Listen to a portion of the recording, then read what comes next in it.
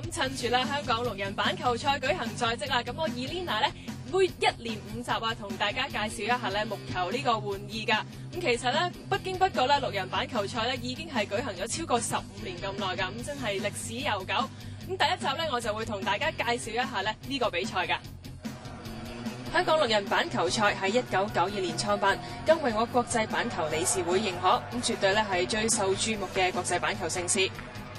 過往唔少球星咧都曾經喺呢個項目度獻技，咁今屆賽事咧就吸引咗8支嘅勁旅參加。咁除咗東道主香港，咁仲有咧多名球星組成嘅明星隊，同埋前冠軍斯里蘭卡㗎、英格蘭等強隊咧係角逐呢個錦標賽。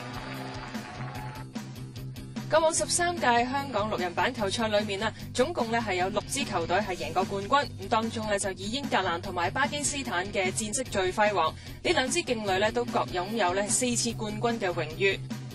巴基斯坦喺97至到02年咧期間係創下3連霸嘅紀錄，咁至今咧仲未有球隊能夠打破㗎。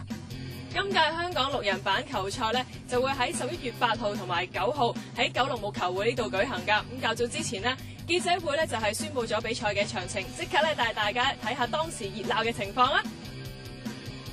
記者會當日除咗公布參賽隊伍名單之外，咁賽事總監貝馬可同埋前香港板球隊華人球員陳克敬 Louis 咧，更加係為今次嘅賽事主持抽籤儀式㗎。席間呢仲宣布今次賽事將會由 Now Sports 直播，而且呢仲係歷史性有廣東話旁述，令到本地球迷呢更加可以清晰咁欣賞呢項板球盛事。喺我身邊呢位呢就係賽事總監阿 Mark 啊，咁我梗係要問一問佢啦。咁今年6人板球賽呢已經係第2年啦，成為咗 M-Mark event，咁我梗係要問下佢咧點樣去發展呢個項目㗎？This is the second year the Cricket Sisters got the M-Mark. So how to develop and promote the events?